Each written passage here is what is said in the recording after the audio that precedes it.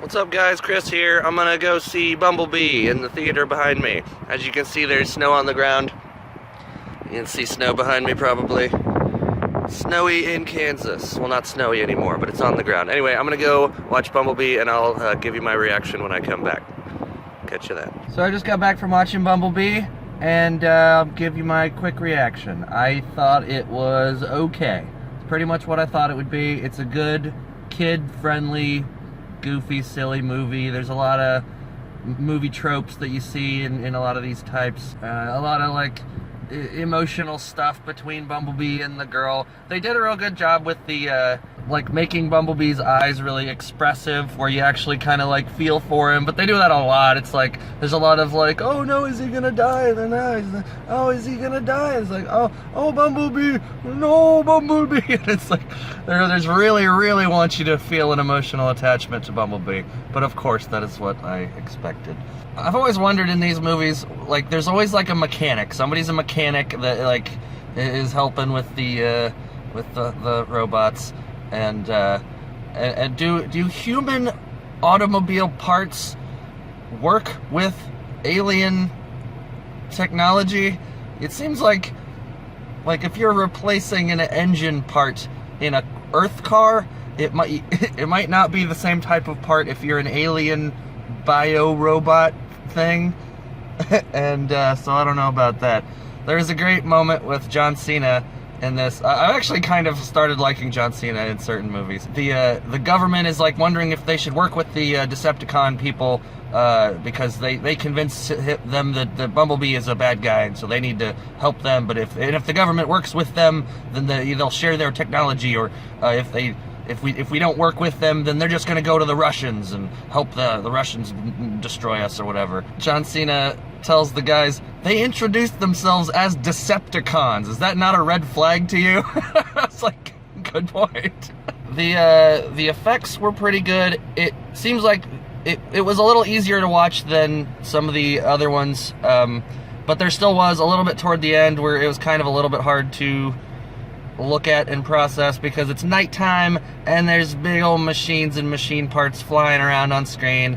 But I feel like they did a better job. It was a little bit more clean and not so crazy messy. It reminded me a little bit of the end of Venom, where it's like it's nighttime and there's big old robots parts farting all over the place, and big CGI kind of mess. But it was better. It was better than those. It's a very kid-friendly movie. A lot of it didn't make sense. There was a lot of stupid choices and stupid cheesy dialogue and stuff. And of course they do the big bull in the china shop thing. Bumblebee's like, oh, he's accidentally knocking over a bunch of stuff, and like, oops. And I think they showed that in one of the trailers or something. But of course they do that thing. It's a big old iron giant, befriend the large robot creature who's a friendly guy. Oh, by the way, Bumblebee definitely murdered some military personnel in this movie. Some like not necessarily bad guys. They're like just coming after him, and he just goes into murder mode and starts like blowing everybody up. I don't know, it didn't all make sense. They did. I understood that they were trying to keep this in line with the canon of the whole story that all the stories they've done so far, because this is a prequel.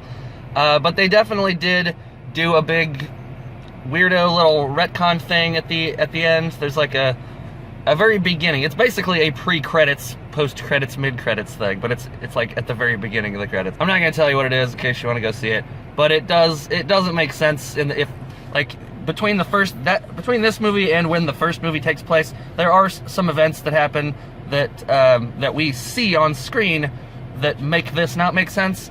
But it was cool. Like, I really liked the stuff when they were on Cybertron. You see a lot of not a lot of it, but you see some cool of their war, the Cybertron war. I like that, they did the old school, the first generation Transformers look instead of the new style, like the old cartoon looking versions. This movie was a big old cartoon. And it was cheesy, it was goofy, and anyway, it was kind of fun. I don't necessarily recommend it unless you want, you want to take your kids and keep your kids quiet for a little while, I guess. It had a couple little funny moments, but I didn't really laugh out loud or anything.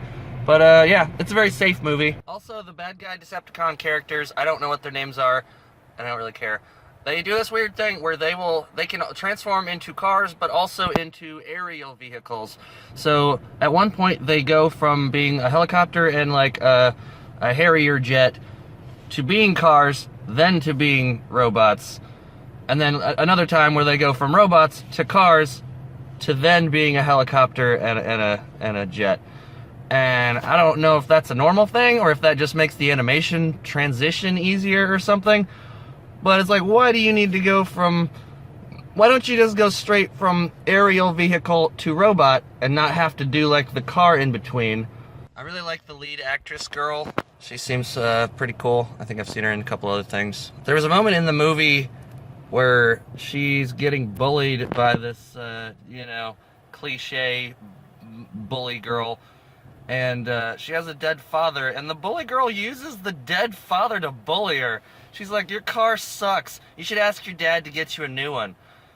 Oops, I forgot. And then like the other girl's like, oh. It's like, Jesus Christ, she's got a dead father. Don't say that shit. That's too mean. That's extreme. Anyway, that's it. That was my reaction, and thanks for watching. Catch you next time, guys. Peace.